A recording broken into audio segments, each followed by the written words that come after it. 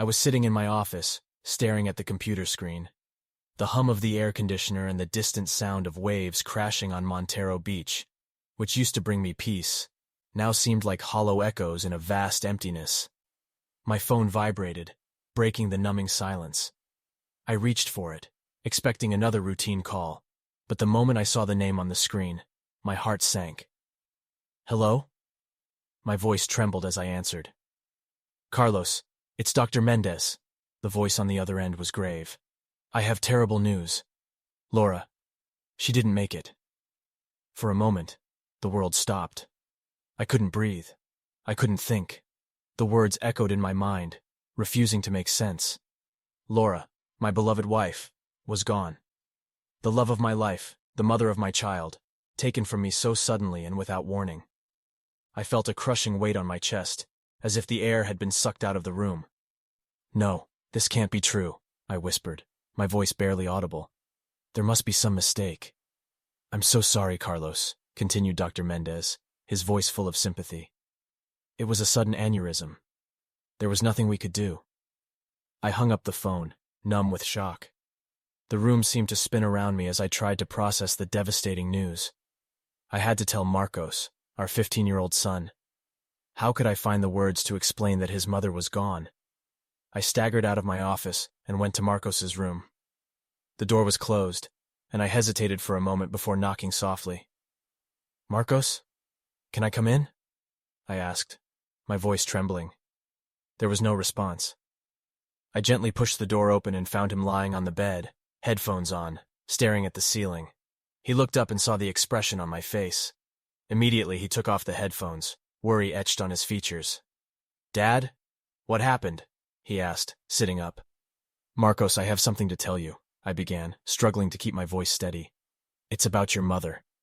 The words caught in my throat, and I saw the fear in his eyes. I took a deep breath and forced myself to continue. "She's gone, Marcos. Mom passed away today." For a moment he just stared at me, disbelief and shock written on his face. Then, without a word, he ran out of the room and down the hallway, slamming his bedroom door behind him. I could hear his muffled sobs behind the closed door, each one tearing at my heart.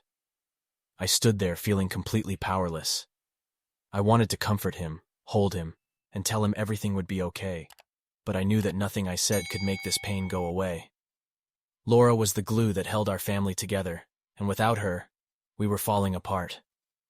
The house felt emptier than ever. Every corner, every room, held memories of Laura. Her laughter, her warmth, her love. It all seemed to linger in the air, a haunting reminder of what we had lost. I wandered aimlessly through the house, unable to escape the suffocating grief that enveloped me. Days turned into weeks, and the numbness gave way to a deep, aching sadness.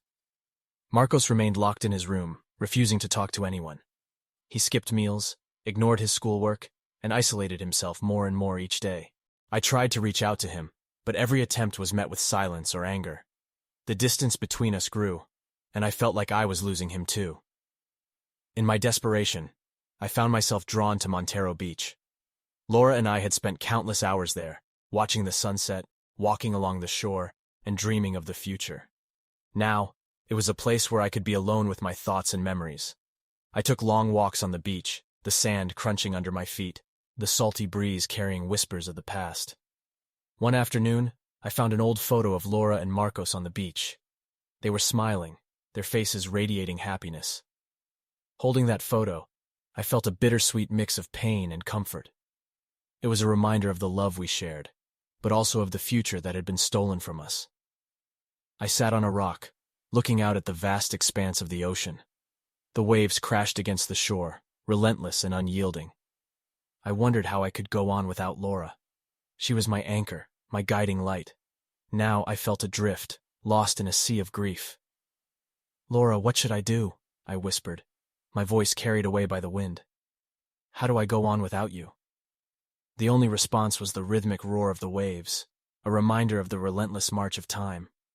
I knew life would go on, but the prospect seemed unbearable. I needed to find a way to be strong for Marcos, to help him through his pain, but I didn't know where to start. One night, as I was sitting in the living room, staring blankly at the TV. Marcos came out of his room. He looked pale and exhausted, with dark circles under his eyes. He stood in the doorway for a moment, hesitant, before finally speaking. "Dad, I miss her so much," he said, his voice barely above a whisper. "I know, Marcos," I replied, my heart breaking for him. "I miss her too." He came over and sat next to me, and for the first time in weeks, we sat together in silence, united in our grief. It wasn't much, but it was a start. As the days turned into months, we began to find small ways to cope with our loss. We talked about Laura, shared stories and memories, and allowed ourselves to cry together. It was a slow and painful process, but it was a step toward healing. One day I took Marcos to Montero Beach. It was a place full of memories of happier times, and I hoped it might bring us some comfort. As we walked along the shore, I pointed out the spot where Laura and I had taken the photo I found. "Your mother loved this place," I said, my voice full of emotion. "It was her favorite place in the world." Marcos nodded, looking out at the ocean. "I remember," he said softly. "She used to say the ocean was like life. It could be calm and peaceful, but also wild and unpredictable." She was right, I agreed. And just like the ocean, we need to find a way to keep moving forward, no matter how rough the waters get. We sat in the sand, watching the waves break against the shore. It was a moment of quiet reflection, a chance to remember Laura and the love she brought into our lives. I knew the road ahead would be difficult, but I also knew we had each other. Together, we would find a way to navigate the stormy seas of grief and rebuild our lives. As the sun set over Montero Beach, casting a golden glow over the water, I felt a glimmer of hope. The memory of Laura would always be with us, a guiding light in the darkness. And with that light, we would find our way through the early days of grief, toward a future where the pain of loss was tempered by the enduring power of love. I had never felt such a deep sense of helplessness as I did that morning at breakfast. The table, once a center of laughter and lively conversations, now felt like a battlefield of silence. I watched Marcos push his cereal around in the bowl, his eyes heavy with exhaustion and unspoken pain. I took a deep breath, hoping to bridge the growing chasm between us. "Marcos," I began, my voice betraying the uncertainty I felt. "How did you sleep?" "Okay," he murmured without lifting his eyes. The word hung in the air, a clear reminder of how distant we had become. "Are you sure?" I gently pressed, hoping to draw out more than monosyllables. "You look tired." He shrugged, still focused on the untouched cereal. "I'm fine, Dad." The conversation quickly fell into an awkward silence, each attempt at connection thwarted by an invisible barrier.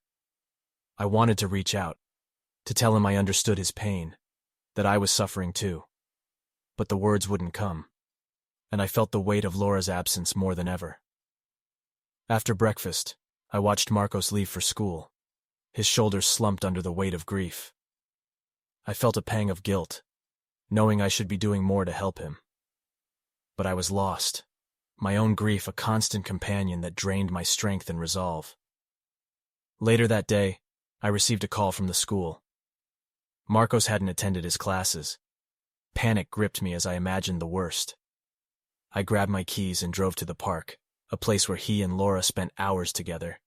Sure enough, I found him sitting on a bench, staring at the ground. "Marcos," I called as I approached. He didn't respond, his gaze fixed on some distant point. I sat down beside him, unsure of what to say. "Why did you skip school?" I asked gently. He shrugged again, his eyes still averted. "I didn't feel like going." I wanted to tell him it was normal to feel lost, that we would get through this together. But the words felt empty, and I feared they would only push him further away. Instead, I just sat there with him, hoping my presence would offer some comfort. That night we ate dinner separately. The house felt emptier than ever, the silence oppressive. I tried to focus on the meal, but each bite tasted like ashes. I could hear Marcos moving around in his room, the isolation between us growing with each passing moment. As the days turned into weeks, I noticed Marcos's grades plummeting. He had always been a good student, but now he struggled to concentrate, his mind clearly elsewhere. I decided to meet with his teachers, hoping to find a way to help him. "Mr. Fernandez," one of his teachers said during our meeting, her face etched with concern. "Marcos is a brilliant student, but he's been having a tough time lately. His grades are slipping and he seems distracted." I nodded, feeling a familiar pang of guilt. "I know. We've been going through a difficult time at home." She looked at me with sympathy. Grief can be incredibly challenging for children. It's important that he gets the support he needs. I thanked her and left the school feeling more determined to reach out to Marcos. That night I knocked on his door, hoping to talk about what the teacher had said. "Marcos, can we talk?" I asked timidly. He looked up from his desk, his eyes tired and red. "What is it, Dad?" "I met with your teachers today. They're worried about you, and so am I. Your grades have been dropping, and you seem so distant." He sighed, running a hand through his hair. "I just can't focus, Dad. Everything reminds me of Mom." His admission broke my heart. I wanted to hug him, to tell him it was okay, that we would get through this together. But when I reached out, he pulled away, his expression one of frustration and pain. "You don't understand," he said, his voice breaking. "You think you do, but you don't." I felt a wave of helplessness. "Marcos, I'm trying. I miss her too. Every day." "Then why does it feel like you're not even here?" he retorted, his eyes full of anger and sadness. His words cut deep, and I realized that in my own grief, I had been neglecting the person who needed me most. I wanted to tell him I would do better, that I would be there for him. But before I could find the words, he walked away, retreating into his own world of pain. The days that followed were a blur of missed opportunities and tense silences. I tried to connect with Marcos, but each attempt seemed to push him further away. He continued to struggle in school, and I felt increasingly powerless to help him. One afternoon, I decided to take a different approach. Instead of trying to force a conversation, I sat down with him in the living room, where he was watching TV. I sat beside him, hoping that my mere presence would be enough to bridge the gap between us. "Can I join you?" I asked. He shrugged but didn't object. We watched the show in silence, the sound of the TV filling the void that had grown between us. It wasn't much, but it was a start. Later that night, as we were getting ready for bed, I heard a soft knock on my door. I opened it to find Marcos standing there, his eyes full of uncertainty. "Dad, can I sleep in your room tonight?" he asked quietly. My heart ached with relief and sadness. "Of course, Marcos. Come in." He climbed into bed beside me, and for the first time in a long while, I felt a glimmer of hope. We lay there in the dark, the unspoken bond between us slowly beginning to heal.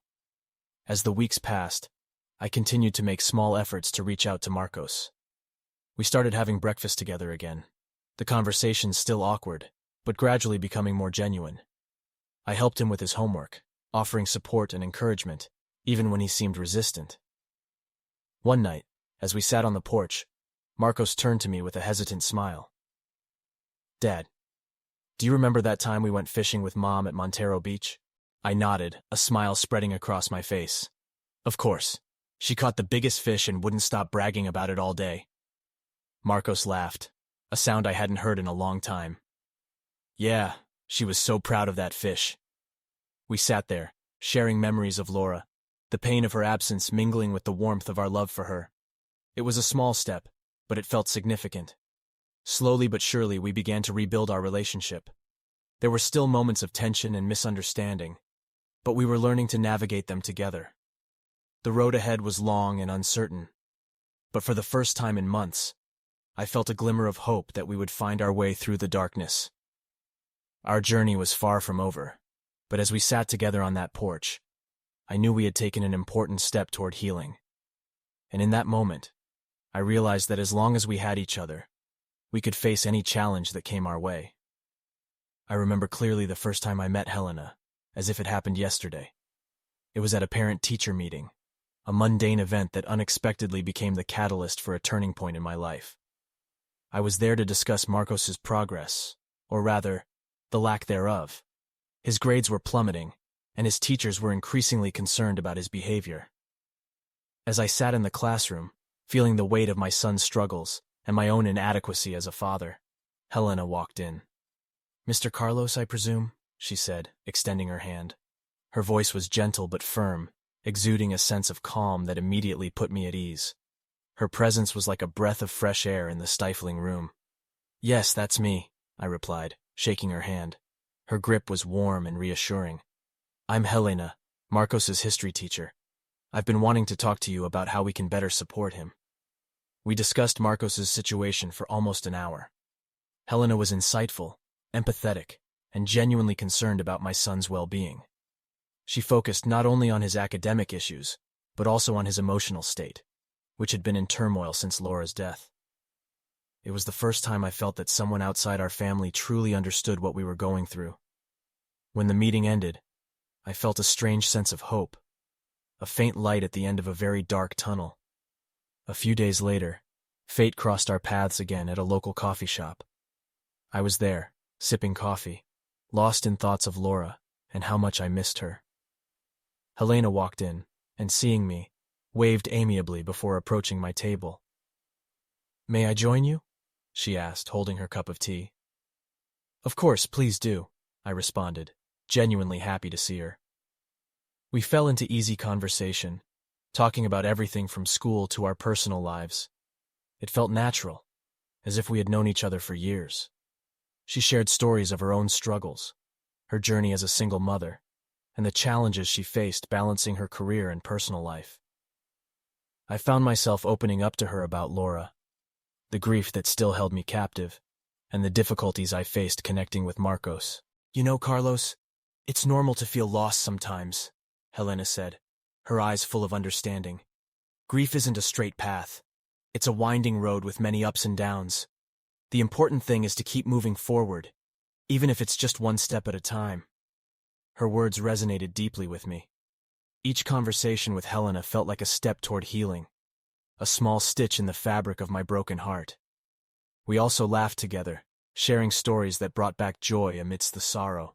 "Remember that time I told you about my failed attempt at baking a cake?" Helena laughed, her eyes sparkling with joy. I laughed, nodding. "Yes, the one that turned out more like a pancake than a cake?" "Exactly!" she exclaimed. "But you know, it's those little failures that make life interesting. They remind us that we're human, and it's okay to make mistakes sometimes." As the days turned into weeks, I found myself looking forward to our coffee shop meetings more and more. Helena had a way of easing the weight of my grief, her presence a balm for my wounded soul. I couldn't help but feel a growing connection with her, a sense of possibility that maybe, just maybe, there could be a new beginning for me. One night, as I was preparing dinner at home, I heard a knock on the door. Marcos, who had been sulking in his room, appeared in the hallway, his curiosity piqued. I opened the door to find Helena standing there, a warm smile on her face. "Hello, Carlos. I thought I'd drop by to see how you're doing," she said, holding a grocery bag. "May I join you for dinner?" "Of course, Helena. Come in," I replied, stepping aside for her. Marcos looked at her with suspicion, but there was a hint of curiosity in his eyes. In the weeks that followed, Helena became a frequent visitor in our home, her presence gradually becoming a source of comfort for both of us. She helped Marcos with his homework, her patience and kindness slowly earning his cautious respect. One night, as we sat at the dinner table, I noticed a subtle change in Marcos. He was more engaged in the conversation, his sullen demeanor replaced with a hesitant smile.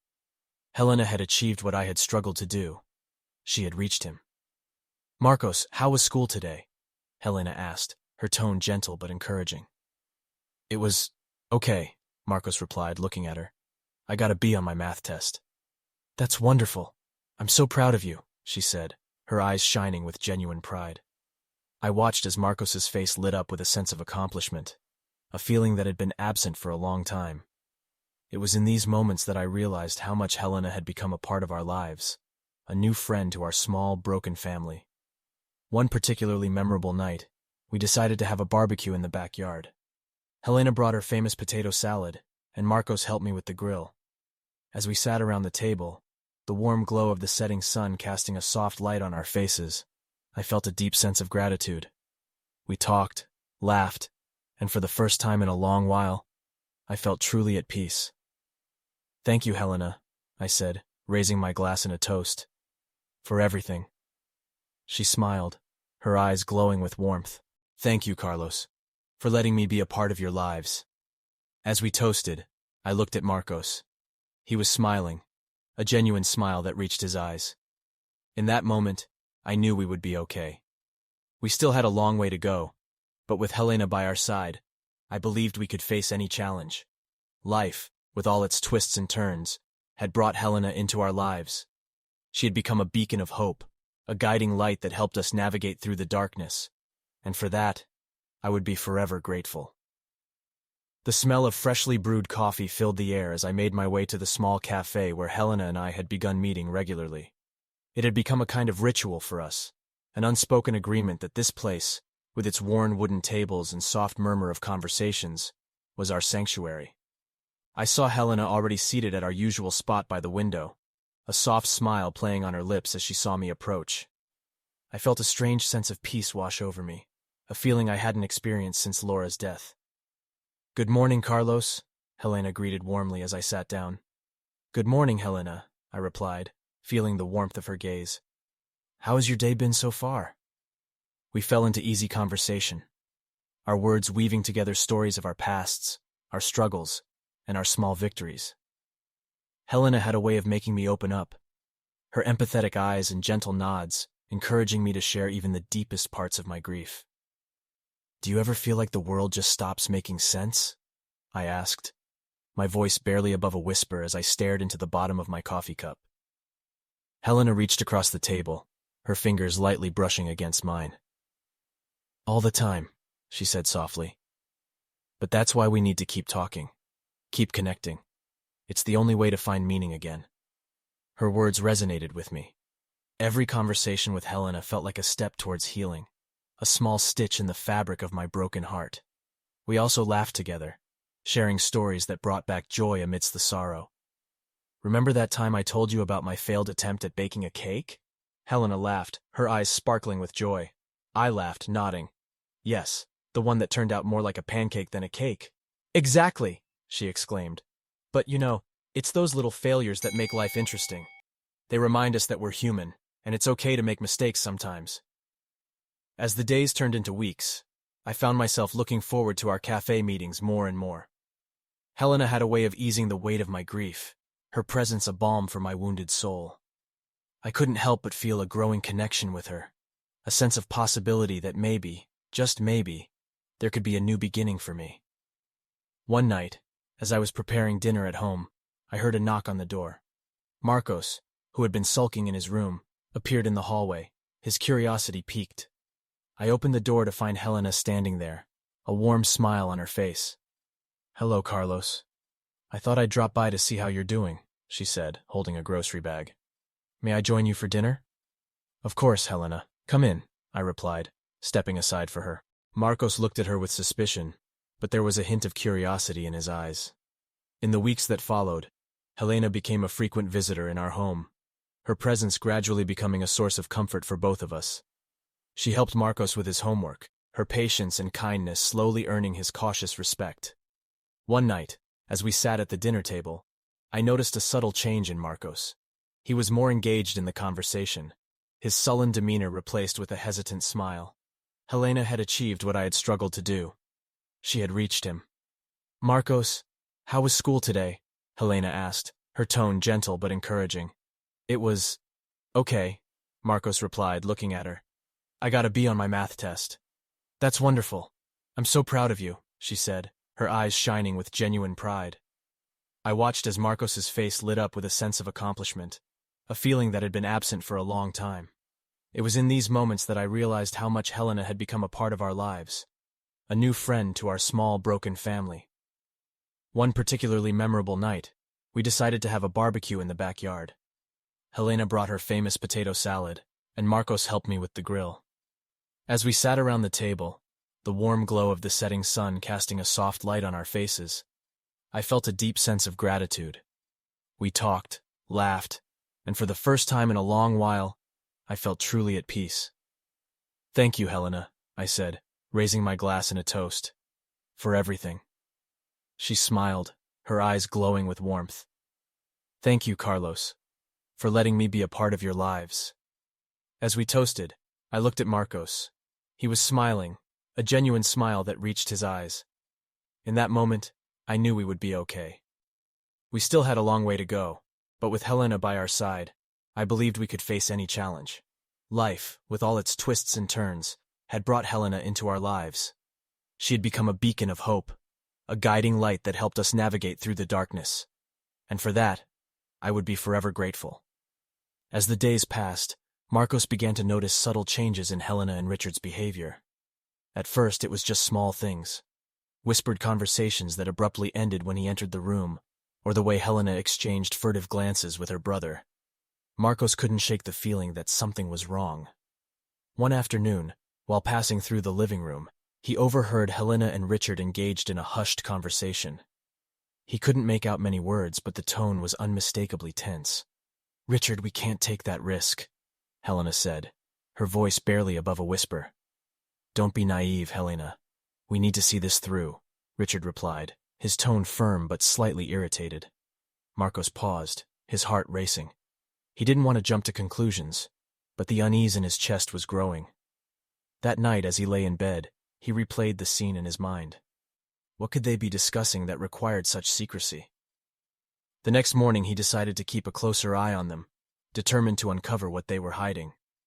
In the following days, Marcos observed Helena and Richard more closely. He began to notice inconsistencies in their stories. Helena would mention a past event that Richard later contradicted, or they would claim to have been in places they clearly hadn't been. Marcos's suspicion deepened, and he felt a knot of anxiety tightening in his stomach.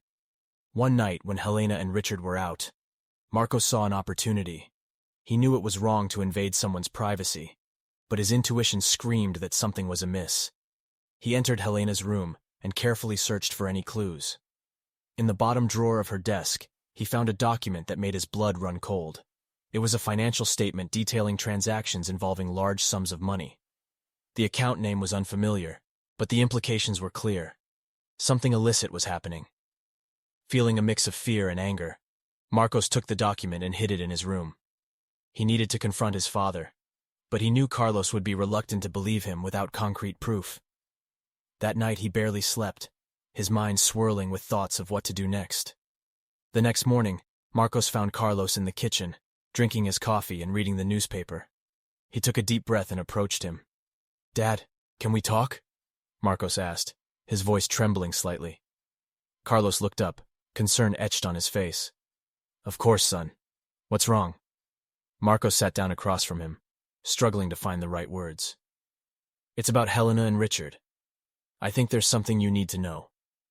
Carlos's brow furrowed. "What do you mean?" "I've noticed some strange things. They have these secret conversations, and their stories don't always match up. And I found this in Helena's room," Marcos said, handing him the document. Carlos examined the paper, his expression shifting from confusion to shock. "Where did you get this?" "In Helena's room. I know it was wrong to snoop, but I had to find out what they're hiding," Marcos explained. Carlos sighed, rubbing his temples. "Marcos, you know I care about Helena. I want to trust her, but this is serious. I need to talk to her." That night, Carlos confronted Helena about the document. She seemed surprised, but quickly composed herself. "Carlos, I can explain," she said, her voice firm. "Richard and I are dealing with some personal financial issues. This document is related to our efforts to resolve them." Carlos looked at her, his eyes searching for any sign of deceit. "Why didn't you tell me about this?" "I didn't want to burden you." "You've already been through so much," Helena replied, her eyes pleading. Carlos sighed, torn between his feelings for Helena and the doubts Marcos had planted. "I want to believe you, Helena, but this is serious. We need to be honest with each other." Helena nodded, tears filling her eyes. "I understand, Carlos. I promise there's nothing more to it." Despite her assurances, Marcos remained distrustful. He could see the conflict in his father's eyes, and it hurt to see him so torn between love and suspicion. In the days that followed, Carlos tried to act normally, but the tension lingered. Marcos continued to watch Helena and Richard closely, determined to protect his father at all costs. One afternoon, while Marcos was at school and Carlos at work, Helena and Richard had another heated conversation. This time, Richard's frustration boiled over. "Helena, we're running out of time. We need to act before Carlos suspects more," he snapped. Helena's eyes darted around the room as if looking for an escape. "I know, Richard, but I can't bear to hurt him. He's a good man," Richard scoffed. "Good men are easy to fool. Stick to the plan, Helena. We can't fail now." Marcos came home later that day, still troubled by his classes. As he entered the house, he noticed the tense atmosphere. Helena and Richard were in the living room, their conversation abruptly stopping as he walked in. Their tense expressions confirmed his growing fears. Carlos arrived home shortly after, and the family sat down for dinner. The meal was consumed in near silence, the weight of unspoken words hanging heavily in the air. Marcos could see the worry etched on his father's face, and it hurt to see him so torn. After dinner, Marcos pulled Carlos aside. "Dad, I know this is hard, but we can't ignore the signs. Something isn't right with Helena and Richard." Carlos sighed, his shoulders sagging. "I know, Marcos, but I need more proof before I can take any action. I can't accuse them without concrete evidence."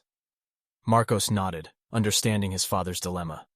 "I'll keep looking, Dad. I won't let you down." In the following days, Marcos continued his investigation. He followed Helena and Richard whenever he could, noting their conversations and movements. One night, as he was about to go to bed, he overheard Richard on the phone. "Yes, everything is going according to plan. We'll have control of the resort soon," Richard said, his voice low but confident. Marcos's heart raced as he listened, his worst fears confirmed. He knew he needed to act quickly. The next day he shared his findings with Carlos, who looked visibly shaken by the revelation. "We need to confront them, Marcos. But we have to be careful," Carlos said, his voice firm despite the turmoil in his eyes. Together, they devised a plan to gather more evidence and confront Helena and Richard at the right moment. Marcos felt a sense of determination, knowing he was doing the right thing to protect his father and their home. One night, Marcos found an opportunity to search Richard's room while he was out. He discovered a folder full of documents detailing their plan to take over the resort. The evidence was damning, and Marcos knew it was enough to convince Carlos. That night, Carlos and Marcos confronted Helena and Richard. The atmosphere was tense, and the air crackled with the weight of unspoken truths. "Helena, Richard, we need to talk," Carlos said, his voice firm but calm. Helena looked at Richard, her face pale. "What is it, Carlos?" Carlos raised the folder Marcos had found. "We know about your plan to take over the resort. We have the evidence." Richard's eyes flashed with anger, but he quickly masked it with a calm demeanor. "Carlos, you don't understand. This is a misunderstanding." Marcos stepped forward, his voice steady. "No, it isn't. I've been watching you two, and I heard your phone call, Richard. We know everything." Helena's eyes filled with tears. "Carlos, please, let me explain." Carlos shook his head, his voice heavy with disappointment. "There's nothing more to explain, Helena. You betrayed our trust." As the truth came out, the weight of deception crashed down on Helena and Richard. They had no choice but to confess. Carlos and Marcos contacted the authorities, and Helena and Richard were taken into custody. In the aftermath, Carlos and Marcos felt a mixture of relief and disgust. They had uncovered the truth, but it came at a great cost. The bond between father and son strengthened as they navigated the difficult path of healing and rebuilding their lives. Through their shared ordeal, they learned the importance of trust and resilience. They vowed to face the future together, determined to transform their lives and create a new beginning full of hope. The day I discovered the resort's financial crisis started like any other. I woke up early, the sun barely rising on the horizon, casting a golden glow over the beach.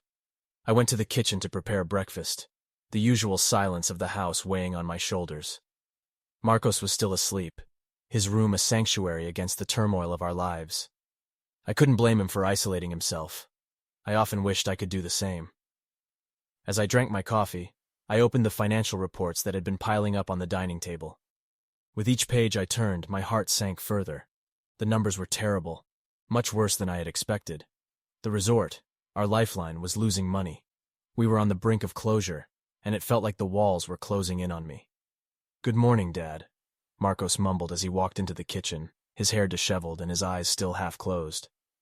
"Good morning, son," I replied, trying to sound upbeat. but the concern must have been evident in my voice because Marcos frowned. "What's wrong?" he asked, sitting down across from me. For a moment, I considered hiding the truth from him, but we had been through too much together to keep secrets now. I pushed the reports toward him. "The resort is in serious trouble, Marcos. We might have to close." He scanned the papers, his face growing paler with each passing second. "How did it get this bad?" "I don't know," I admitted, my voice barely above a whisper. "But I need to find a solution, and fast." I spent the day in a fog of phone calls, meetings, and desperate attempts to find a way out of the mess. I contacted old friends, business partners, anyone who might have an idea or a lead on potential investors. Every call ended the same way, with sympathy, but no solutions. The stress was mounting, and I felt like I was drowning in a sea of hopelessness. By evening, I was exhausted, both physically and mentally. I went to Montero Beach, the place where Laura and I had shared so many happy moments. Sitting on our favorite rock, I gazed at the vastness of the ocean, the waves crashing against the shore in a rhythmic dance. The absence of Laura was a constant pain, but today it felt like an open wound. "Laura, I don't know what to do," I whispered to the wind, hoping that somehow she could hear me. "I need you. We need you." As if by a sign, my phone vibrated. It was Helena. She had a way of calling at the most opportune moments, almost as if she had a sixth sense for when I was at my lowest point. "Hi, Carlos," she said softly. "How are you?" "Not great," I admitted, my voice trembling.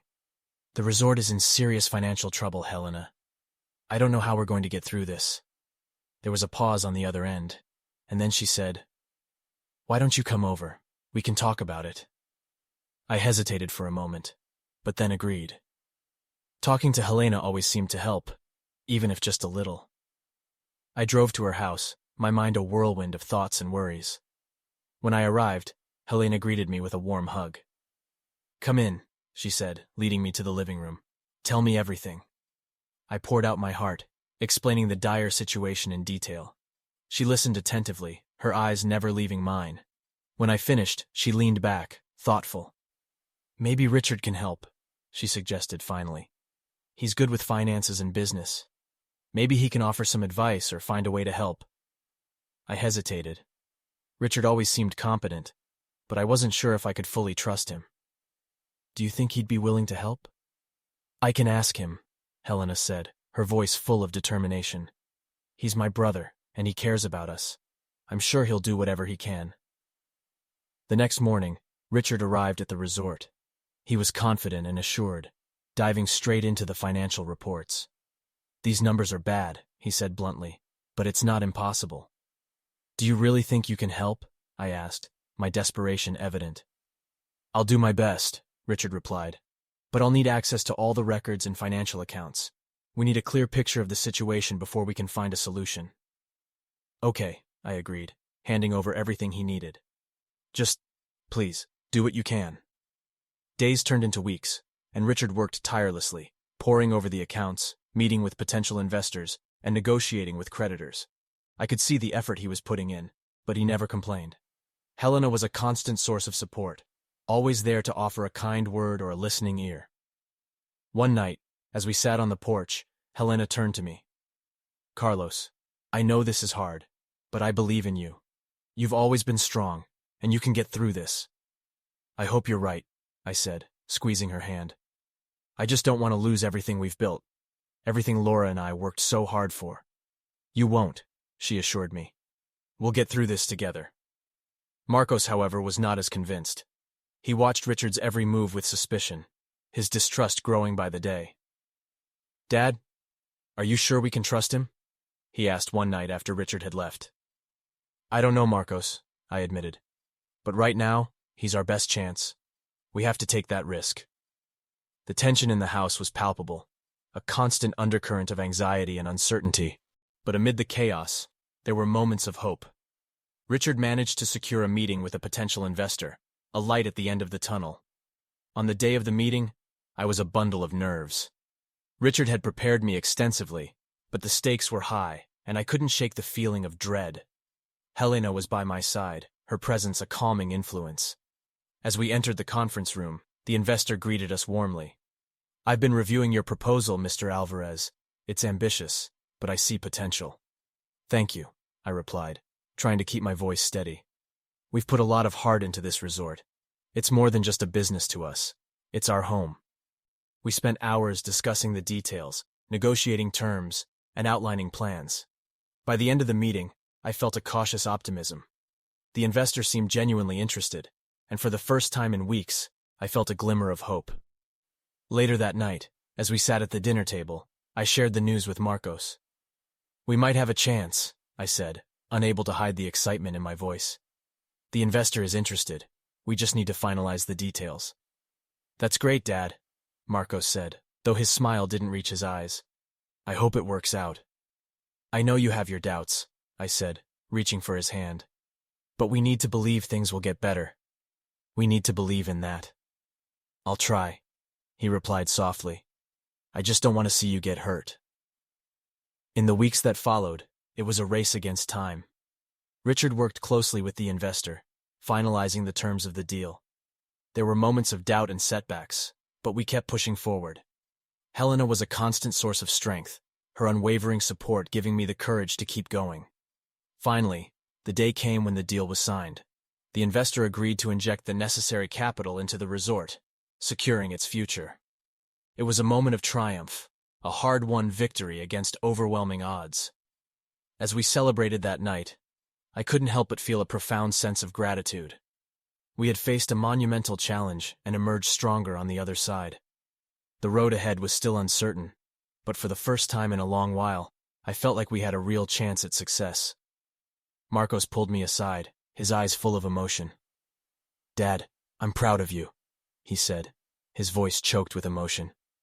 I know this wasn't easy, but you never gave up. Neither did you, I replied, pulling him into a hug. We did this together, and we'll keep moving forward together. As we stood there, surrounded by friends and family, I felt a sense of peace. The journey had been long and arduous, but we had made it through. And with Helena by my side, I knew we could face any challenge the future held. The months that followed the resort's rescue were a mix of relief and new responsibilities. With the investor on board, we managed to stabilize the finances and begin implementing improvements we had long dreamed of. The staff was excited and motivated, and for the first time in years, there was an air of optimism. Marcos also began to adjust. His grades improved, and he rekindled his interest in school activities and sports. Helena's presence in our lives had a positive impact on him, and gradually, he began to trust her more. Helena, in turn, proved to be an invaluable mentor and friend, helping him with his studies and encouraging him to pursue his interests. Over time, the relationship between Helena and me deepened. We began to share more than just daily concerns. We talked about our dreams, our fears, and the future we hoped to build together. One night, as we walked along Montero Beach, I decided to open my heart to her. Helena, you've been a light in my life, I began, stopping to look into her eyes. I don't know how I would have gotten through all this without you. She smiled, squeezing my hand. Carlos, you've brought light into my life too. I found a family in you and Marcos, something I thought I'd lost forever. I took a deep breath, feeling the weight of the words I was about to say. I want to build a future with you, Helena. A future where we can be happy and overcome challenges together. Would you walk this path with me? Helena's eyes filled with tears. Yes, Carlos. I would with all my heart. We embraced, the sound of the waves surrounding us, and in that moment, I knew we were on the right path. The following months were filled with hard work and adjustments. Helena and Richard worked tirelessly to ensure the resort thrived. Gradually, guests began to notice the improvements, and positive reviews increased. The resort's reputation was restored, and bookings started to grow. Marcos also found his way. He secured a scholarship to a prestigious local university and began planning his future. Although he still felt Laura's absence, he found a new source of support and love in Helena. One night, we decided to celebrate our success with a big event at the resort. We invited friends, family, and everyone who had supported us during the tough times. It was a night of joy, laughter, and gratitude. As I watched the celebration, I realized how much we had overcome. We had faced immense challenges, but together, we had rebuilt our lives. And with Helena by my side, I knew that anything was possible. In the years that followed, the resort flourished. It became a popular destination, known for its warm hospitality and stunning landscapes. Marcos graduated from university and began working with us, bringing fresh ideas and energy to the business. Helena and I married in a simple ceremony, surrounded by our closest friends and family. It was a day of joy and renewal, marking the beginning of a new chapter in our lives. We still think of Laura every day. Her memory lives on in our hearts, and in every corner of the resort she loved so much. But we learned that, although the pain of loss never completely goes away, it can be transformed into a source of strength and inspiration. Together, we faced the storm and found our way back to the light. And with each challenge we overcame, we renewed our promise to keep moving forward, always supporting each other. The future may be uncertain, but with love, resilience, and the strength of our family, we know we can face anything. And so, we continue to write our story, one day at a time, building a legacy of love and hope for future generations.